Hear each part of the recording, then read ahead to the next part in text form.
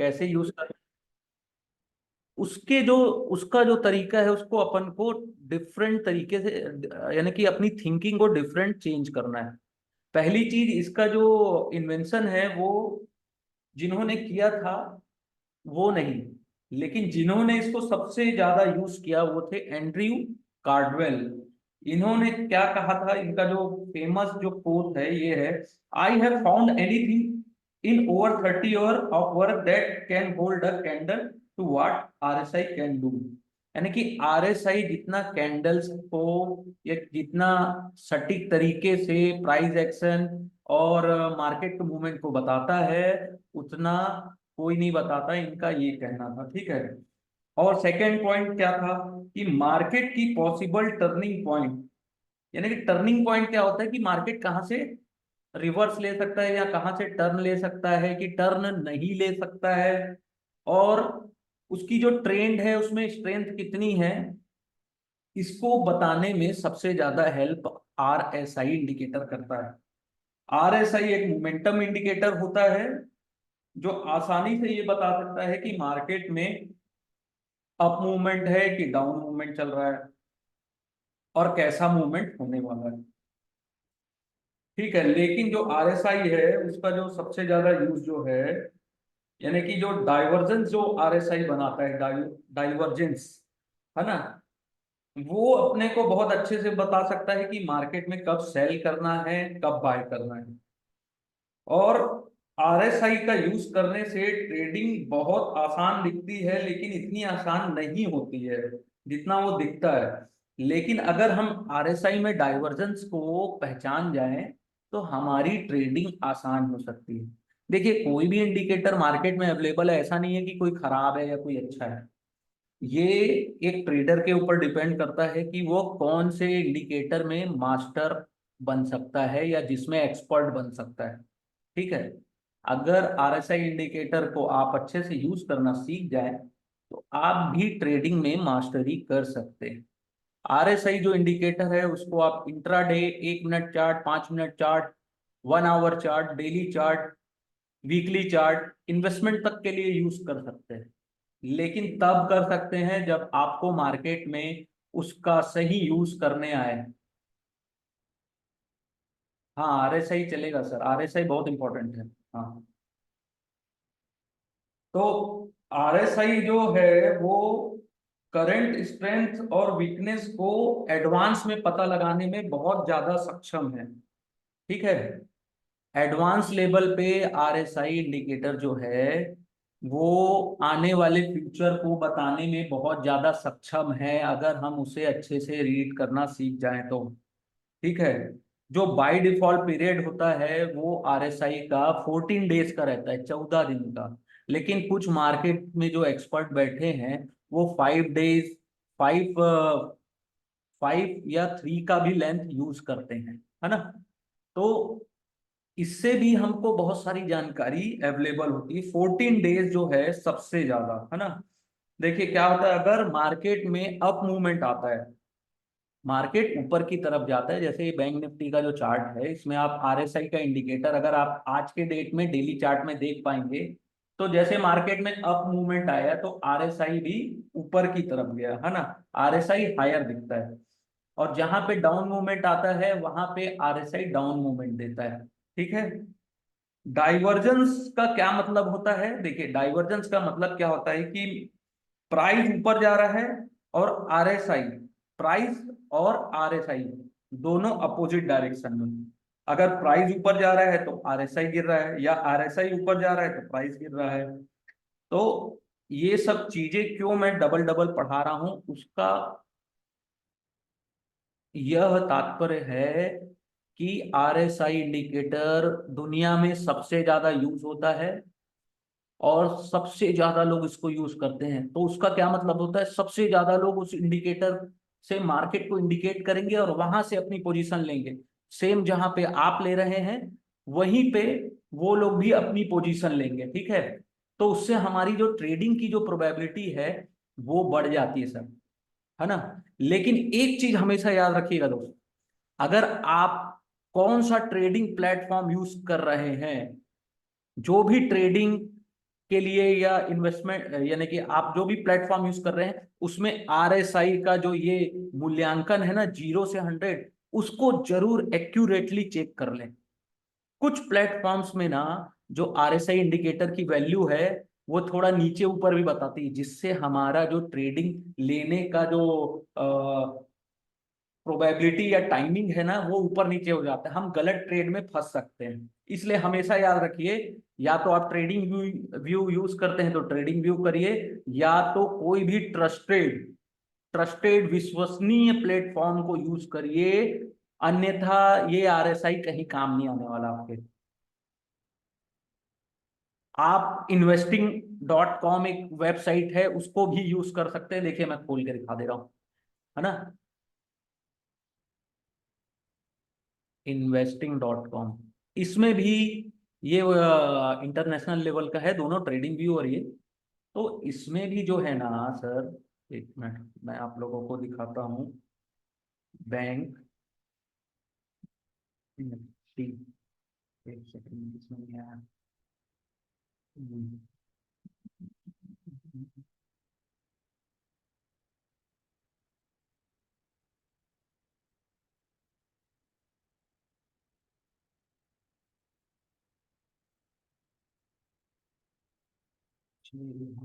यहाँ से जो कंट्री है ना, ये जो फ्लैग दिख रहा है, एक सेकंड में आप लोगों को बता देता हूँ। ये भी ना यानी कि फ्रीली अवेलेबल है ना investing.com। आप लोगों को प्रो लेने की जरूरत नहीं, जैसे यहाँ पे फ्लैग दिख रहा है ना, तो यहाँ इस फ्लैग से आप इंडियन फ्लैग को क्लिक कर लीजिए। एक सेकेंड, ये हो नहीं रहा है, शुरू हो जाए शुरू। वर्ल्ड वर्ल्ड मार्केट, इसमें जो फ्लैग है ना इसको आप चेंज करके इंडिया में चले जाइएगा, ठीक है। और तभी ये चेंज करने देगा।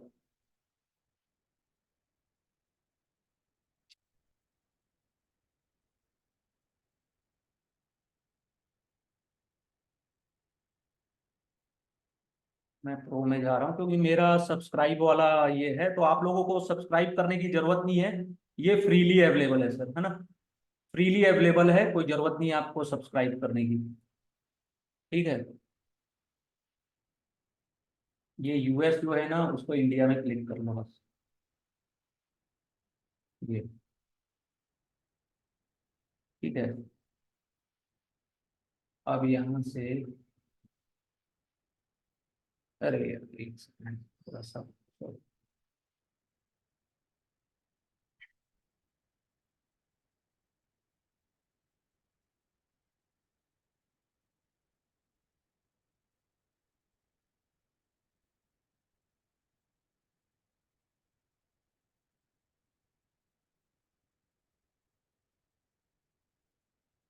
थोड़ा सा मेरे को समय देंगे, थोड़ा सा ये दिक्कत कर रहा है अभी। यहाँ पे तो आया है, सब खुल रहा है, ये क्यों, अच्छा यहाँ देखता हूँ एक बार। बैंक, निफ्टी बैंक, ठीक है। ये निफ्टी बैंक का चार्ट हो गया। अब इसमें जो इंडिकेटर है वो अपन यूज करके देख लेते हैं।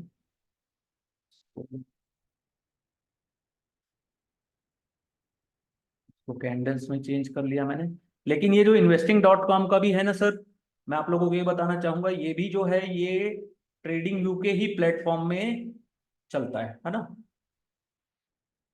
ये देखिए, इसमें मैं डे चार्ट में गया, डेली चार्ट, इसको मैं चेंज कर लिया, ये कैंडल स्टिक दिख गई, लेकिन इसमें ना बहुत सुंदर दिखता है। ये देखिए, ये जो इसका जो सुंदरता है ना इसमें बढ़िया दिखता है, थोड़ा सा अच्छा दिखता है। देखिए यहाँ से कैंडल, इस इससे थोड़ा सा इसकी जो क्लियरिटी है वो ज़्यादा अच्छी रहती है। तो आप लोगों के ऊपर है, फ्री फ्री ऑफ कॉस्ट है, इसको भी आप यूज करिए।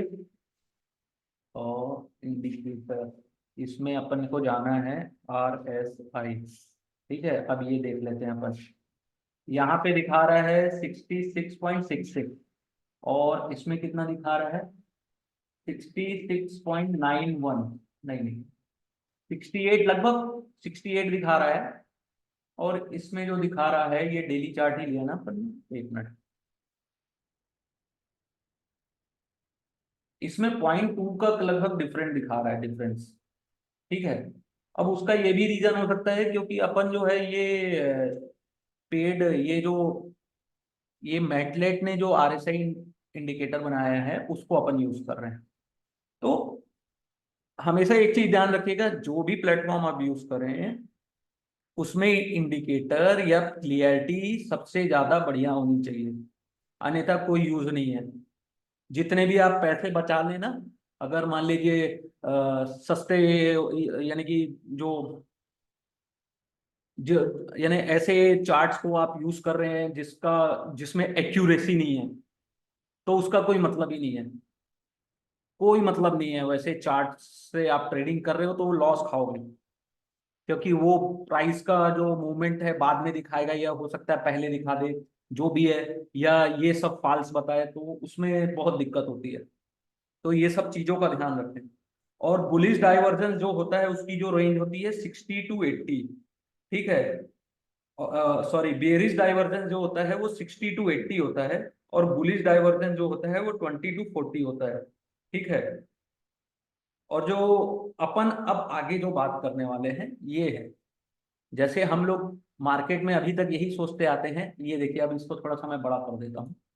ये है RSI इंडिकेटर, ये है बैंक निफ्टी का जो आज चल रहा है। ठीक है। देखिए, ये जो लेवल था यहाँ पे आप लोग को दिख रहा था 50।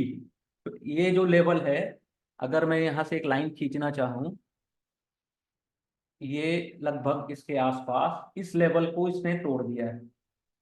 ठीक है। यहां तक जो था, यहाँ पे इसके नीचे के जो लेवल है, उसमें बैंक निफ्टी में बियरिश पोजीशन बन रही थी, क्योंकि जब भी इस लेवल पे जा रहा था वापस डाउन हो जा रहा था। देखिए, यहाँ पे भी जा रहा था ये, इस लेवल को भी उसने तोड़ा है।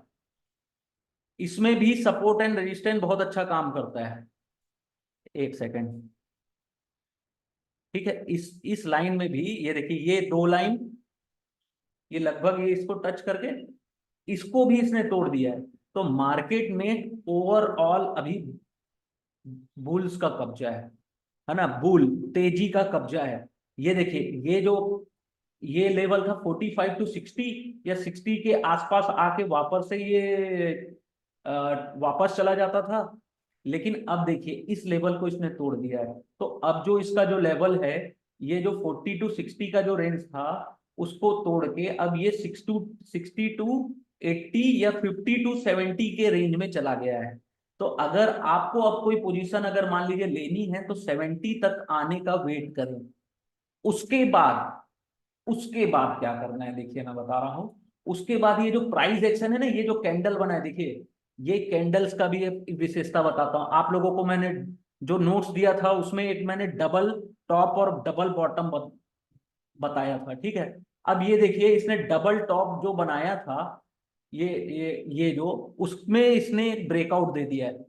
और वो भी ब्रेकआउट जो दिया है इसने, इस रेंज से, इस रेंज को इसने बहुत इजीली आज तोड़ दिया है। तो अब यहां से कोई भी बियरिश पोजीशन लेने से पहले RSI का डायरेक्शन और प्राइस एक्शन का जो डायरेक्शन है, उसको कृपया कृपया करके ना देख ले, जांच ले, उसके बाद ही कोई भी शॉर्ट पोजीशन मार्केट में बनाए। जैसा कि RSI में इसमें दिखा रहा है कि जो 40 to 60 का जो रेंज था उसको इसने तोड़ दिया है। अब ये 60 to 80 के आसपास है।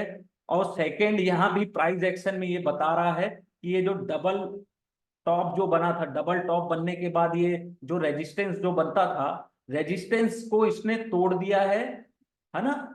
अब ये जो 48,600 या 500 है, ये अच्छा खासा सपोर्ट का काम करेगा। जब भी रेजिस्टेंस कोई भी स्टॉक या कोई भी इंस्ट्रूमेंट तोड़ता है, तो वापस ये क्या करता है, रेजिस्टेंस सपोर्ट का काम करता है। ठीक है।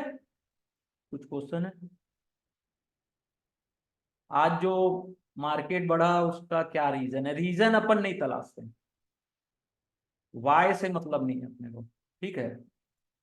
आप टेक्निकल एनालिस्ट हो, हमारा काम है ट्रेंड अगर अपने को मिला तो ट्रेंड की दिशा में अपन ने ट्रेड लिया। अपन ने RSI इंडिकेटर से स्टडी किया कि मार्केट में बुलिश पोजीशन है, और प्राइस एक्शन में अपने को दिख रहा है कि ये डबल टॉप जो एक सपो रेजिस्टेंस है उसको उसने तोड़ दिया है।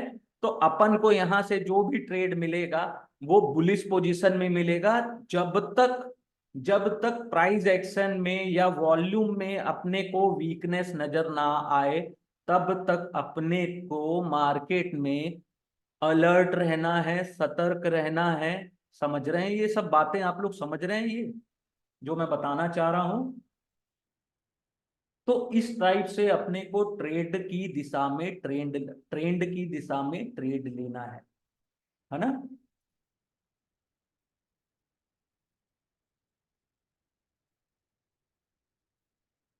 ठीक है।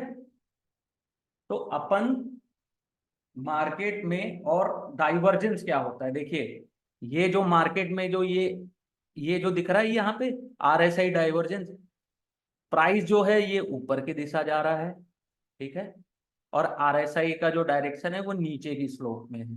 तो इसको क्या बोलेंगे? Bearish divergence.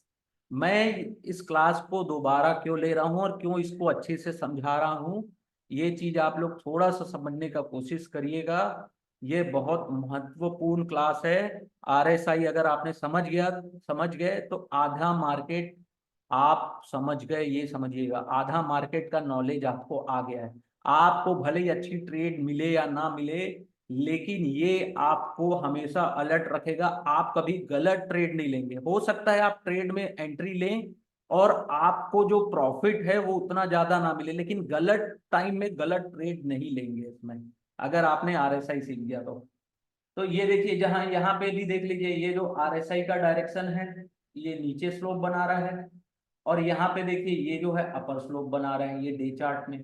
तो देखिए ये इसको भी बियरिश डाइवर्जेंस बोलेंगे, ठीक है। अब ये देखिए, ये ऊपर के तरफ डायरेक्शन बना रहा है, ये यहाँ पे, ये नीचे की तरफ डायरेक्शन बना रहा है, तो इसको बोलेंगे बुलिश डाइवर्जेंस, ठीक है। इस टाइप से अगर आप ट्रेडिंग करेंगे तब आपको सक्सेस होने का चांस ज्यादा से ज्यादा है। और आप बोल रहे हैं कि मार्केट में और कोई क्वेश्चन है तो आप लोग पूछिए RSI से रिलेटेड। आप लोग जो पूछ रहे हैं ये क्वेश्चन, ऊपर का टारगेट पता कैसे करेंगे? ऊपर का टारगेट को कोई नहीं जानता है, स्काई की लिमिट को कोई नहीं जानता है सर। ये जो टारगेट जो लोग पता करते हैं ना, वो टारगेट के चक्कर में रह जाते हैं। आज भी ना लोग अगर ट्रेड लिए तो लोगों ने उतने प्रॉफिट नहीं कमाए, जितना बड़ा मूवमेंट आया ना, लोगों ने ज्यादा से ज्यादा 50 पॉइंट 100 पॉइंट ही मार्केट में कमाया है।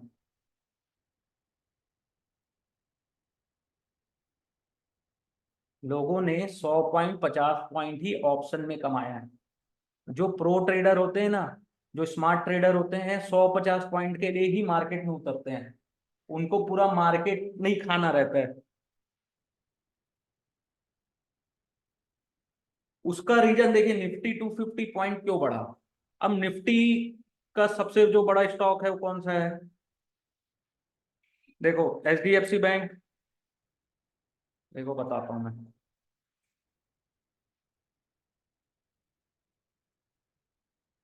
HDFC बैंक 1% ऊपर था, 1%, ठीक है।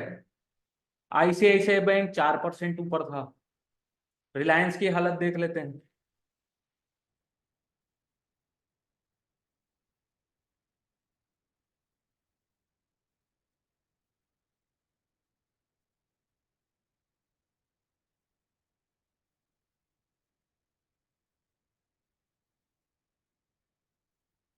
रिलायंस ½ % ऊपर था, यानी कि इसने भी मार्केट को सपोर्ट दिया है, ठीक है। इसमें भी देखिए एक डाइवर्जेंस दिख रहा है, ठीक है। ये बेरिश डाइवर्जेंस है, RSI नीचे की स्लोप में और रिलायंस ऊपर की स्लोप में, ठीक है। रिलायंस नहीं दिया उतना मोमेंट, लेकिन ओवरऑल सबने मिलके मार्केट को स्ट्रेंथ दी है, तब मार्केट ऊपर गया। नहीं तो इतनी आसानी से मार्केट इतना बड़ा मूवमेंट नहीं देता है। स्पेशली आज बैंक निफ्टी ने अच्छा काम किया है। बैंक निफ्टी ने जो मूवमेंट दिया है वो लगभग 2% के आसपास दिया है, 2 से ज्यादा ही दिया। तो इस टाइप के मूवमेंट ना मार्केट में बहुत कम ही बनते हैं। बैंक निफ्टी के इंडेक्स में 2% बैंक निफ्टी का ऊपर जाना, यानी 10 रुपए के जो प्रीमियम थे बैंक निफ्टी के कॉल के, वो लगभग 150 रुपए 200 रुपए में ट्रेड कर रहे थे। अब वो तो मार्केट आवर के बाद पता चलेगा। अगर सभी बड़े स्टॉक्स में अच्छा मूवमेंट मिला है तो एफआईआई और डीआईआई दोनों ने बड़ा इन्वेस्टमेंट किया होगा।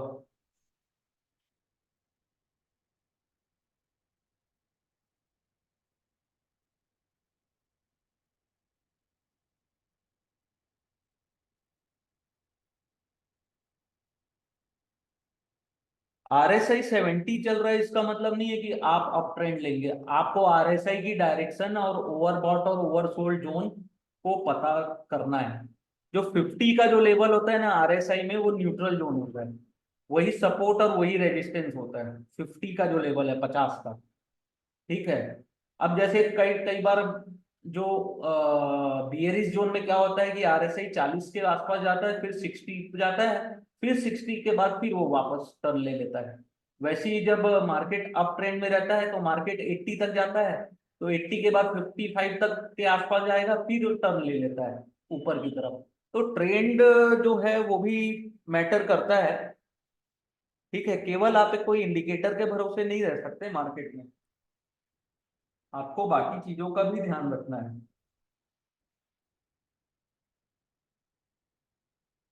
जैसे आप बोल रहे हैं कि RSI 70 के लेवल में, ठीक है, ये ओवरबॉट जोन है।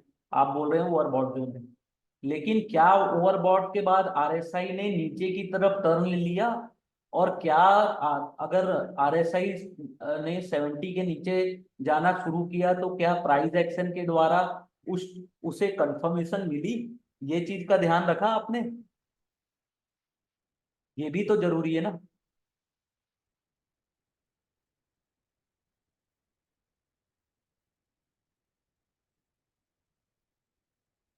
तो ये सब चीजों को सोचना समझना पड़ता है थोड़ा मार्केट में।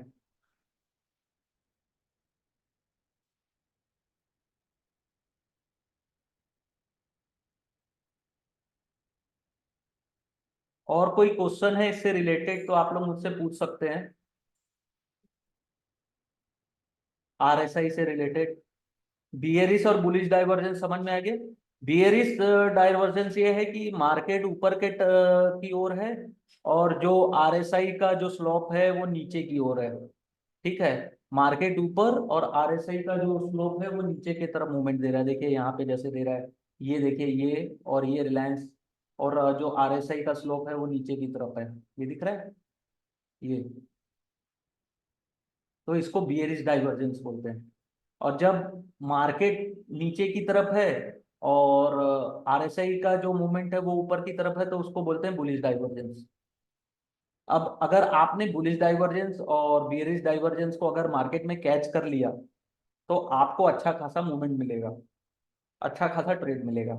लेकिन उसके लिए क्या करना पड़ेगा आपको? ट्रेड में प्राइस एक्शन के साथ कंफर्मेशन लेनी पड़ेगी, और लगभग एक या दो स्लॉप, ये ऐसा इस टाइप से कंफर्मेशन लेना पड़ेगा। ये 1 2, लगभग 2 बार इस टाइप के स्लोप में टच करना चाहिए ऐसा।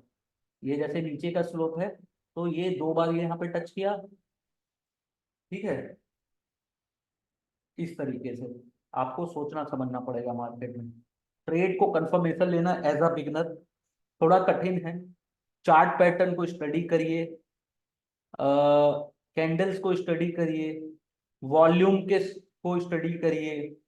ये सब चीजों को जब आप एक बार मिक्स करके यहाँ पे देखेंगे और मार्केट को प्रेडिक्ट करने की कोशिश करेंगे, अपने नजरिए से देखने की कोशिश करेंगे, और ये सब चीजों के साथ जब आपको ट्रेड में कंफर्मेशन मिलेगी, तब आप सक्सेसफुल ट्रेडर बन सकते हैं। और ये टाइम टेकिंग प्रोसेस है। ऐसा नहीं है कि एक दिन में आप सीख गए और बड़े ट्रेडर बन गए, ऐसा कुछ नहीं होता है। अगर आपको मार्केट में बहुत बड़ा पैसा बनाना है तो आपको मार्केट में स्टडी करना पड़ेगा। जितने भी बड़े ट्रेडर्स हैं ना मार्केट में, वो लगभग ये मान के चलिए कि वो हम लोगों की तरह या रिटेलर्स की तरह डेली सुबह 9:15 में ट्रेड नहीं लेते हैं। वो अपने बारी आने का इंतजार करते हैं या मार्केट को अपनी रेंज में आने का वेट करते हैं और ट्रेड लेते हैं। जस्ट लाइक आज जैसे बैंक निफ्टी में रहा, बहुत से लोग शॉर्ट की पोजीशन लेके बैठे होंगे, फिर लॉस हो गया होगा। लेकिन जब वो लोग, जब प्रो ट्रेडर एंट्री लेते हैं, तो मार्केट एक एक सीधे डायरेक्शन में ही भागता है ना। आज आज जैसा मार्केट भागा है, तो ये चीज आप लोगों को धीरे धीरे धीरे धीरे सीखने के बाद आप लोग खुद एनालाइज करने लगोगे। कोई क्वेश्चन है तो आप लोग पूछिए मुझसे।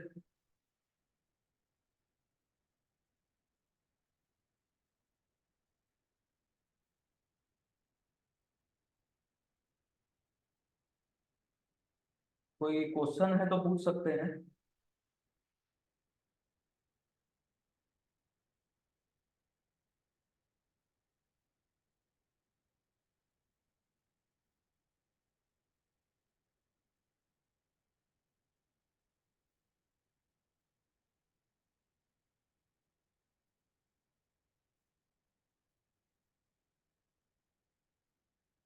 कोई क्वेश्चन है तो आप लोग आरएसआई से रिलेटेड पूछ सकते हैं। आप लोगों से मैंने नोट्स भी शेयर किया था। अगर आप लोगों को नोट्स समझने में नहीं आया कोई पॉइंट तो पूछिए मुझसे।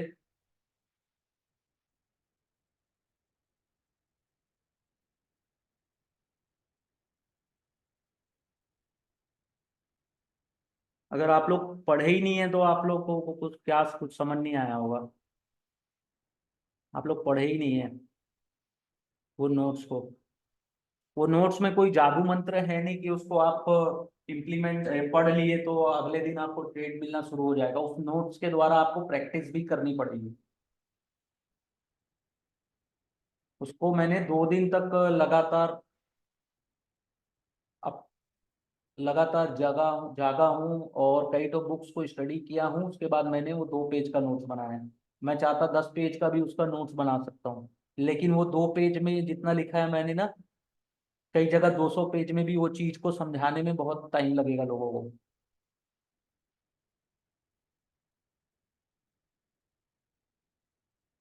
ये आप लोगों के ऊपर है कि आप लोग किस टाइप से मार्केट को स्टडी करते हैं। या तो केवल तुक्का लगाते हैं या सट्टा बाजार की तरह मार्केट को ट्रीट करते हैं, ये आप लोगों के ऊपर है। मेरा मेरा काम है आप लोगों को अच्छे से स्टडी कराना, एक प्रो लेवल की थिंकिंग देना कि आप एक प्रोफेशनल ट्रेडर की तरह कैसे सोचते हैं। ये मैं आप लोगों को सिखा सकता हूँ। लेकिन अगर आप मार्केट को सट्टा बाजार की तरह ट्रीट करते हैं तो मैं किसी की हेल्प नहीं कर सकता। क्योंकि सट्टा बाजार में 2 ही लोग जीतते हैं, एक या तो बियर जीतेगा या बुल जीतेगा। काम खत्म है। आपने आज पैसा लगाया, हो सकता है ऊपर चले जाए मार्केट, ठीक है, कल लगाया मार्केट नीचे चला गया, लेकिन कुछ सोचा नहीं, बस आंख मूंद के आपने पैसे लगा दिए। आपने अपनी थिंकिंग प्रोसेस से काम ही नहीं लिया है। तो ऐसे में आप लोग अच्छे ट्रेडर नहीं बन पाएंगे। देखिए आरएसआई का फिर से मैं बता देता हूँ। आरएसआई का जो लेवल रहता है 0 से 100 के बीच रहता है, ठीक है। 50 का जो लेवल रहता है उसको न्यूट्रल लेवल बोला जाता है। 50 से नीचे का जो लेवल है उसको बेरिश मोड बोला जाता है। और 50 से ऊपर यानी कि जो है 70 का जो लेवल है उसको ओवरबॉट यानी कि ओवरबॉट जोन यानी कि बहुत ज़्यादा खरीदारी हो चुकी है। और जो 30 का लेवल है उसको ओवरसोल्ड बोला जाता है। जब भी मार्केट ऊपर की डायरेक्शन में रहता है, अपर डायरेक्शन में, तो 60 to 80 को बुलिस जोन में ट्रीट किया जाता है। और जब मार्केट नीचे की डायरेक्शन में रहता है तो 40 to 60 के लेवल को बियरिश जोन के रूप में ट्रीट किया जाता है। जैसे कि यहाँ पे मार्केट बोलते हैं कि 70 ओवरबॉट जोन है और 30 ओवरसोल्ड जोन है। लेकिन जब बुलिश मार्केट रहता है तो 80 को ओवरबॉट और 60 को ओवरसोल्ड जोन की तरह ट्रीट किया जाता है। लेकिन जब बियरिश मार्केट रहता है तो 40 के लेवल को ओवरसोल्ड और 60 के लेवल को ओवरबॉट जोन की तरह ट्रीट किया जाता है। लेकिन जरूरी नहीं है कि जैसा प्रैक्टिकली मैं अभी अब बता रहा हूँ वैसा होता है। लेकिन आप अगर लेफ्ट की तरफ या पास्ट के डायरेक्शन को अगर आप देखेंगे आरएसआई के इंडिकेटर को, आपको ज्यादा से ज्यादा कुछ समझ में आने लगेगा कि कहाँ पे ओवरबॉट जोन है और कहाँ पे ओवरसोल्ड जोन है। मैंने बियरिश डायरेक्शन बताया कि मार्केट जब ऊपर की डायरेक्शन में रहे और जो आरएसआई का स्लोप है वो नीचे की तरफ हो तो उसको बियरिश डाइवर्जेंस बोलेंगे। और मार्केट जब नीचे की डायरेक्शन में हो यानी कि लोअर ट्रेंड में हो और आरएसआई जो है वो अपर ट्रेंड में हो तो उसको बुलिश डाइवर्जेंस बोलेंगे। इस टाइप के जो डाइवर्जेंस अगर आप अच्छे से कैच कर पाएंगे तो आपको मार्केट में अच्छी ट्रेड मिलती है। उसके लिए आपको प्राइस एक्शन और वॉल्यूम वॉल्यूम के द्वारा कंफर्मेशन लेना पड़ेगा। एकदम शॉर्ट में मैंने बता दिया। और कुछ पूछो, बताओ, और कोई क्वेश्चन हो इससे रिलेटेड, क्योंकि इसको आपको प्रैक्टिस करना पड़ेगा। बिना प्रैक्टिस के आपको कुछ समझ में नहीं आएगा।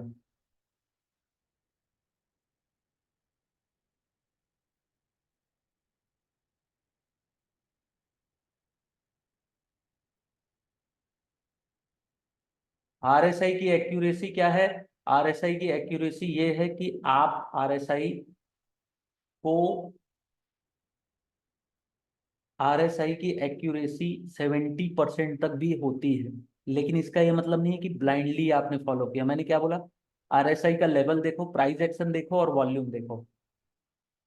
ये तीन चीजों को देख लोगे और मार्क और बैक टेस्टिंग करोगे तो आरएसआई में मैक्सिमम एक्यूरेसी आपको 70% तक मिल सकती है।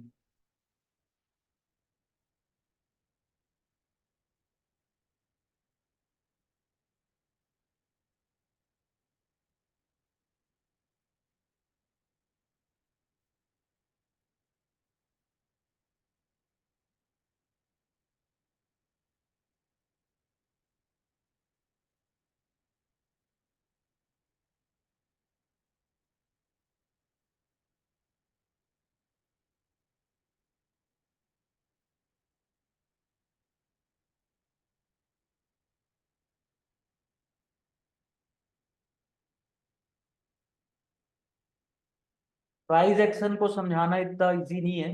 प्राइस एक्शन बहुत लेंदी प्रोसेस है। जब अपन लाइव क्लासेस मॉर्निंग टाइम में लाइव ट्रेडिंग क्लासेस लेंगे उसमें मैं प्राइस एक्शन को आपको ज़्यादा से ज़्यादा समझाने की कोशिश करूंगा। लेकिन अभी जो मैंने नोट्स दिए हैं जिसमें मैंने चार्ट पैटर्न्स और जो कैंडल्स के जो पैटर्न्स है उसको मैंने डिस्कस किया है, वो सब को आप मार्केट में खोजने की ज़्यादा से ज़्यादा कोशिश करें तो आपको प्राइस एक्शन अच्छे से समझ में आने लगेगा। प्राइस एक्शन एक दिन में कोई भी नहीं समझा सकता। वो आप कोई भी गुरु से पढ़ लीजिए जाके पूरे इंडिया के पूरे वर्ल्ड में, तो वो आपको प्राइस एक्शन एक दिन में या साल भर में भी नहीं समझा सकता। क्योंकि उसका रीजन ये है कि उसमें बहुत सारे पैटर्न्स अप डाउन यानी कि बहुत सारी चीजें आती है। लेकिन जो बड़े बड़े जो पैटर्न्स है जैसे हेड एंड शोल्डर्स, आपका ट्राइंगुलर फ्लैग, पिनेंट, ठीक है, double top, triple top, double bottom, ये सब चीजें तो मैंने आप लोगों को बेसिक बता दिया है। आप लोग ज्यादा से ज्यादा सपोर्ट एंड रेजिस्टेंस खोजने की कोशिश करो मार्केट में, और किस टाइप के पैटर्न्स बन रहे हैं मार्केट में उसको खोजने की कोशिश करो। आप लोगों को ज्यादा से ज्यादा सक्सेस मिलेगी।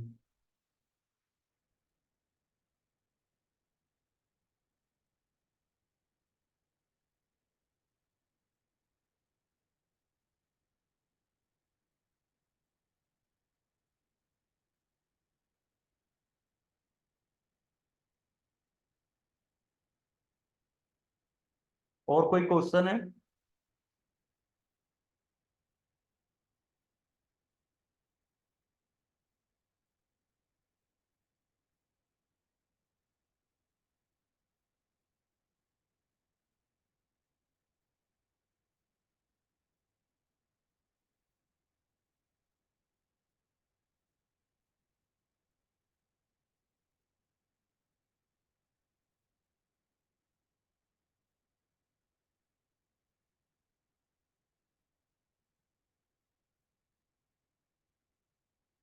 ये सपोर्ट है मार्केट का, ये देखिए, ये जो लाइन है, ये ये सपोर्ट है। अब ये सपोर्ट को तोड़ दिया मार्केट ने, सॉरी ये रेजिस्टेंस है, अब इसको अगर मार्केट ने तोड़ दिया तो ये रेजिस्टेंस को तोड़ दिया तो ये सपोर्ट बन गया। अब ये जो लाइन है ये सपोर्ट बन गई अब आने वाले टाइम में।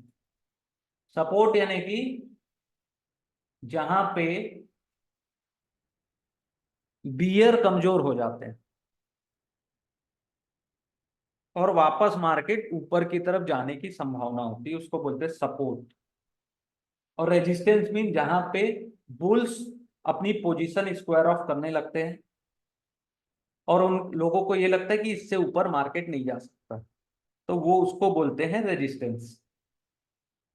अगर आपने नोट्स पढ़ा होता ना, एक भी बार तो मेरे से ये क्वेश्चन आप नहीं पूछते, क्योंकि आप इतनी क्लासेस मेरी अटेंड कर चुके हो, उसके बाद आप ये क्वेश्चन पूछ रहे हो, यानी कि आपने नोट्स नहीं पढ़ा है। आप लोग केवल मार्केट को सट्टा बाजार जैसे ट्रीट कर रहे हो।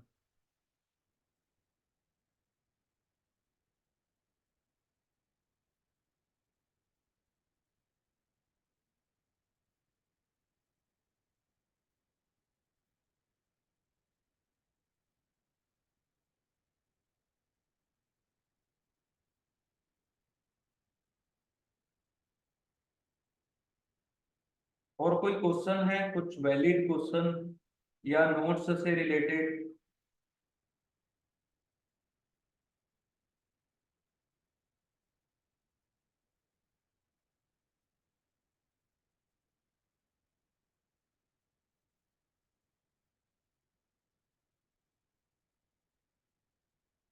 है कि मैं ये मान लूं कि आप लोगों को आरएसआई समझ में आ गया,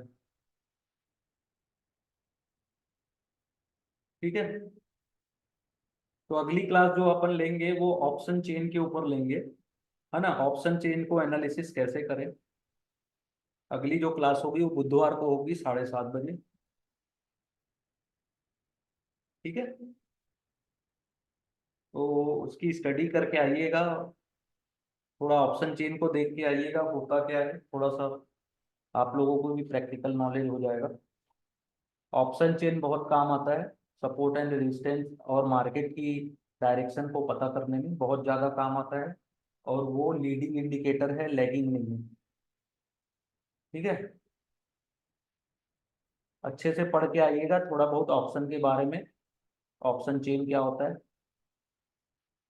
ओके, ठीक है फिर, गुड नाइट। ट्रेड थोड़ा सोच समझ कर ले, और ट्रेडिंग साइकोलॉजी का ज़्यादा से ज़्यादा यूज करें, ठीक है। ठीक है, गुड नाइट।